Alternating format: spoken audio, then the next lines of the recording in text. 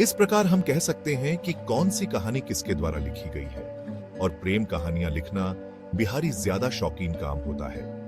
Love story को या love story in Hindi को लिखना, किसी के प्यार को अपने शब्दों में प्यार करना बहुत ज्यादा मुश्किल होता है। ऐसे में यदि आप भी लव स्टोरी को इंटरनेट पर पढ़ते हैं तो यह सभी लव स्टोरी आप लोगों को बहुत ज्यादा मजा देगी। हितेश नाम का लड़का एक बहुत बड़े तथा अमीर घर से रिश्ता रखता था।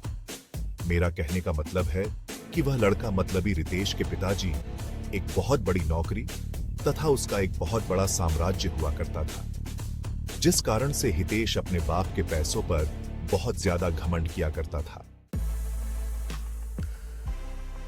वह बहुत सारे दोस्तों को और बहुत सारे गर्लफ्रेंड को एक बार एक साथ रखा करता था।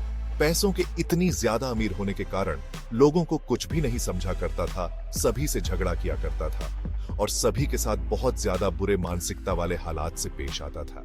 यही कारण है कि हितेश का कोई बेस्ट फ्रेंड नहीं था। वह जितने भी फ्रेंड के साथ रहता था, जितने भी दोस्त के साथ रहता था, वह सिर्फ उसके साथ उसके पैसों पर मौज मस्ती करने के लिए रहता था। लेकिन जब हितेश किसी मुश्किल में फंस जाता था तो कोई भी दोस्त उसकी मदद करने के लिए बिल्कुल भी आगे नहीं आता था। हितेश बहुत ज्यादा अपने फ्रेंड तथा दोस्तों के साथ टूर करने के लिए बाहर बाहर देश है जाया करता था, क्योंकि उनके पिताजी के पास इतनी ज्यादा दौलत थी कि कितना भी हितेश का उस दौलत में से पैसा उड़ा दे उसका कम नहीं होने वाला था।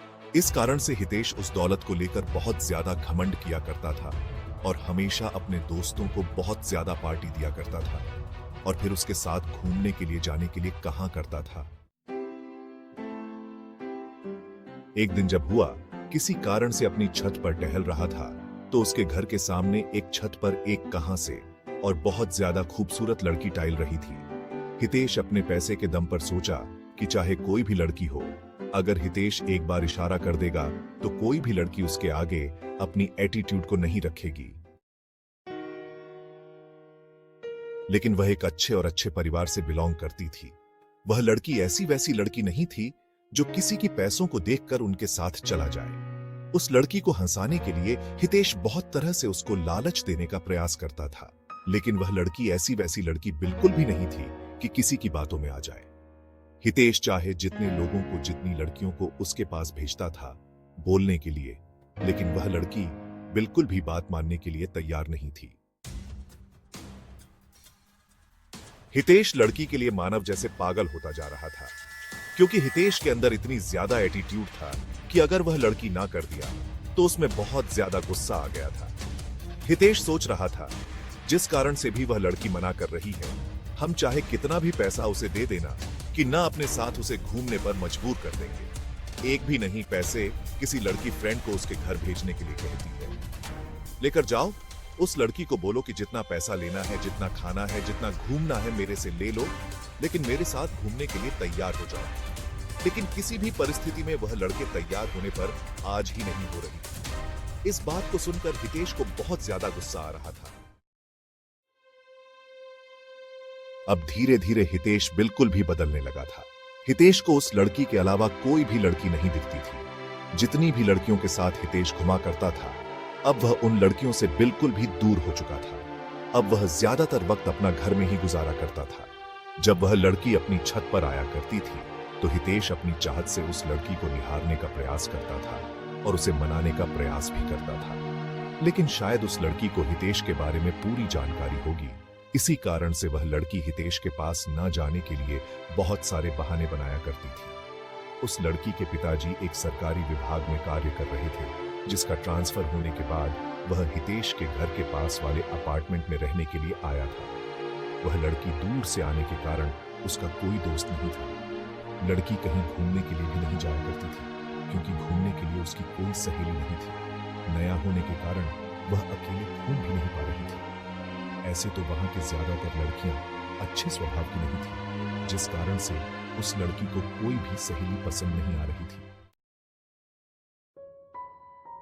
हितेश उस लड़की को हमेशा ही याद किया करता था, लेकिन ऐसा कुछ भी नहीं हुआ। कुछ भी ना बीत जाने के बाद वह लड़की अपने अपार्टमेंट को छोड़कर जाने ही वाली थी, क्योंकि उसके पिताजी एक सरकारी ऑफिसर थे और उसका ट्रांसफर 3 महीने में दूसरी जगह हो जाया करता था। जैसे ही उस शहर में उसे केदारी का 3 महीने गुजर गया, उसकी ट्रांसफर अब किसी दूसरे जगह हो गया था। ऐसे में हितेश बहुत ज्यादा दुखी रहने लगा था, क्योंकि वह जिसे प्यार करता था, कभी भी उसे वह बात नहीं कर सका था। जैसे ही इस बात की जानकारी हितेश को हुआ बहुत ज्यादा दुखी हुआ और सोचने लगा कि मेरी क्या गलती है कि मुझे वह लड़की आज तक सही से देखा भी नहीं। लेकिन माना कि था उस शहर में उस दिन अंतिम दिन था, हितेश आता था कि उस लड़की से मुलाकात करके कुछ बात किया जाए। जब वह लड़की बाहर जा रही थी तो हितेश नहीं जा रहा था। जैसे ही लड़की देखा तो हितेश रुक गया। हुआ है, लड़की हितेश के पास जा पहुंची थी और हितेश को कह रहे थे कि मुझे आपसे कुछ बात करना है। वह लड़की है देश को कहता है कि आपके अंदर पैसों की बहुत ज्यादा घमंड है और आपने बहुत सारी लड़कियों की जिंदगी को बर्बाद किया है, जिस कारण से भगवान तुम्हें यह सजा दिया है कि कोई भी अच्छी लड़की तुम्हें मिलना तो दूर की बात है, तुम्हें दिखेगी भी नहीं। ऐसा कहकर माना कि आगे बढ़ जाती है। हितेश मन ही मन अपने आप को कोसता रहता है। हितेश सोचता है कि जो मेरे पास इतने पैसे हैं और कोई अच्छी लड़की ही नहीं मिलेगी, मेरे पास इतने पैसों की क्या कर सकते हैं।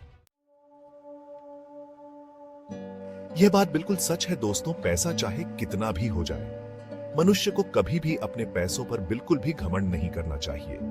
पैसा चाहे जितना भी हो जाए, वह आपके कैरेक्टर को नहीं सुधार सकता है। यदि आपके पास बहुत ज्यादा पैसा है तो उसे संभाल के रखिए, वह अच्छी चीजों में उपयोग करें।